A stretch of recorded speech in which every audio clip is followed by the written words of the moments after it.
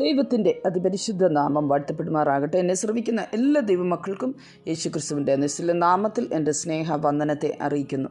ഇങ്ങനെയൊരു നല്ല അവസരം ദാനമായി തന്ന സർവകൃപാലുവായ ദൈവത്തിന് സകല മഹത്വവും പുകഴ്ചയും കരയറ്റുന്നു. 37 സങ്കീർത്തനം അതിൻ്റെ 39, 40 വാക്യങ്ങളിൽ നാം കാണുന്നത്, നീതിമാന്മാരുടെ രക്ഷ യഹോവയിൽ നിന്ന് വരുന്നു, കഷ്ടകാലത്ത് അവൻ അവരുടെ ദുർഗമാകുന്നു. യഹോവ അവരെ സഹായിച്ച് വിടുവിക്കുന്നു. അവർ അവനിൽ ആശ്രയിക്കുക കൊണ്ട് അവൻ അവരെ ദുഷ്ടന്മാരുടെ കയ്യിൽ നിന്ന് വിടുവിച്ച് രക്ഷിക്കുന്നു. ഒരു ദൈവ പൈതലിൻ്റെ രക്ഷ വരുന്നത് യഹോവയിൽ നിന്നാണ്.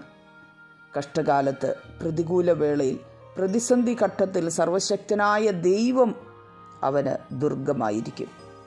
ഒരു ഭക്തന് ഓടിച്ചെന്ന് രക്ഷ പ്രാപിക്കാനുള്ള അഭയ കേന്ദ്രമാണ് യഹോവ.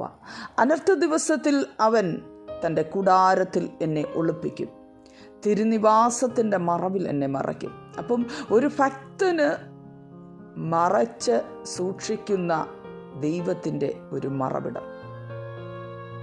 40 വാക്യത്തിൽ നാം വായിക്കുന്നത്, യഹോവ അവരെ സഹായിച്ച് വിടുവിക്കുന്നു. അവർ അവനിൽ ആശ്രയിക്കുക കൊണ്ട് അവൻ അവരെ ദുഷ്ടന്മാരുടെ കയ്യിൽ നിന്ന് വിടുവിച്ച് രക്ഷിക്കുന്നു. യഹോവയിൽ ആശ്രയിക്കുന്ന ഒരു ഭക്തനെ ദുഷ്ടന്മാരുടെ കയ്യിൽ നിന്ന് വിടുവിച്ച് സൂക്ഷിക്കുന്ന ദൈവം, ആ കർത്താവിൽ നമുക്ക് പൂർണ്ണമായി ആശ്രയിക്കാം. ഇന്ന് പകൽക്കാലം പങ്കുവയ്ക്കുവാൻ ആഗ്രഹിക്കുന്ന ചിന്ത, പ്രതിസന്ധിയിൽ പതറാതെ നിന്നാൽ പ്രതിഫലം ഉണ്ട് നിശ്ചയം. ദാനിയേലിൻ്റെ പുസ്തകം 6 അധ്യായം 9-10 വാക്യങ്ങളിൽ നാം വായിക്കുന്നത്, അങ്ങനെ ദാര്യാവേശ് രാജാവ് രേഖയും വിരോധ കൽപ്പനയും എഴുതിച്ചു.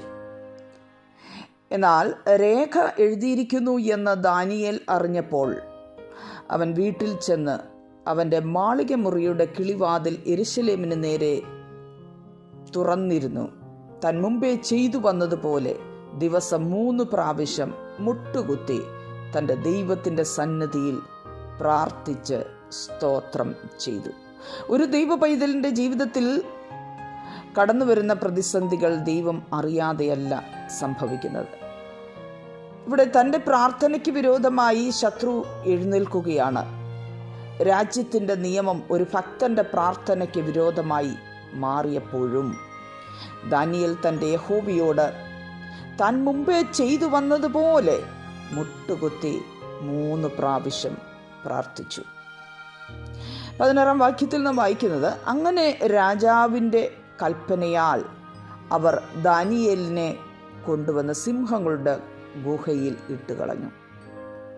എന്നാൽ ദാനിയേൽ സിംഹക്കുഴിയിൽ വീഴുന്നതിന് മുമ്പ് തന്നെ തൻ്റെ ദൂതനെ അയച്ച് സിംഹങ്ങളുടെ വായ് അടച്ച് തൻ്റെ ഭക്തനെ വിടുവിച്ച ദൈവം, ദേശത്തിൻ്റെ മുമ്പിൽ, രാജാവിൻ്റെ മുമ്പിൽ താൻ സേവിച്ചു നിൽക്കുന്ന ദൈവം സർവശക്തനാണെന്ന് തെളിയിക്കുവാൻ ദാനിയേലിന് സാധിച്ചു.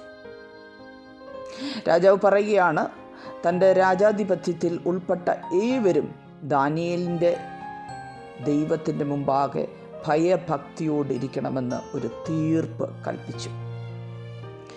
പ്രതികൂലമായ നിയമത്തെ അനുകൂലമാക്കി മാറ്റുകയും തന്നെ ദേശത്ത് മാനിക്കുകയും ചെയ്തു.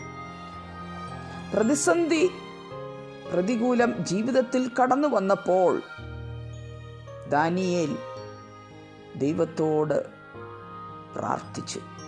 Praise the Lord.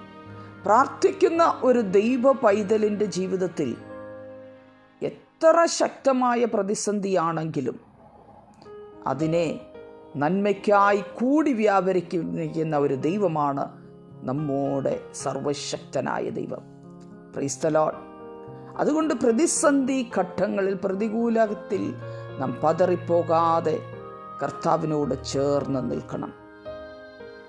നാം കർത്താവിനോട് ചേർന്ന് നിന്നാൽ അത് നന്മയ്ക്കായിട്ട് കർത്താവ് കൂടി വ്യാപരിപ്പിക്കും. ഇവിടെ നാം കാണുന്നത്, ദാനിയേൽ ദൈവത്തോട് ചേർന്ന് നിന്നു, പ്രാർത്ഥിച്ചു. Praise the Lord. തൻ്റെ ജീവിതത്തിൽ താൻ സേവിക്കുന്ന ദൈവം സർവശക്തനാണെന്ന് ആ ദേശത്ത് വെളിപ്പെടുത്തുവാൻ തക്കവണ്ണം ദാനിയേലിന് സാധിച്ചു. നീതിമാന് പ്രതിഫലമുണ്ട് നിശ്ചയം. ഭൂമിയിൽ ന്യായം വിധിക്കുന്ന ഒരു ദൈവമുണ്ട് നിശ്ചയമെന്ന് മനുഷ്യർ പറയും.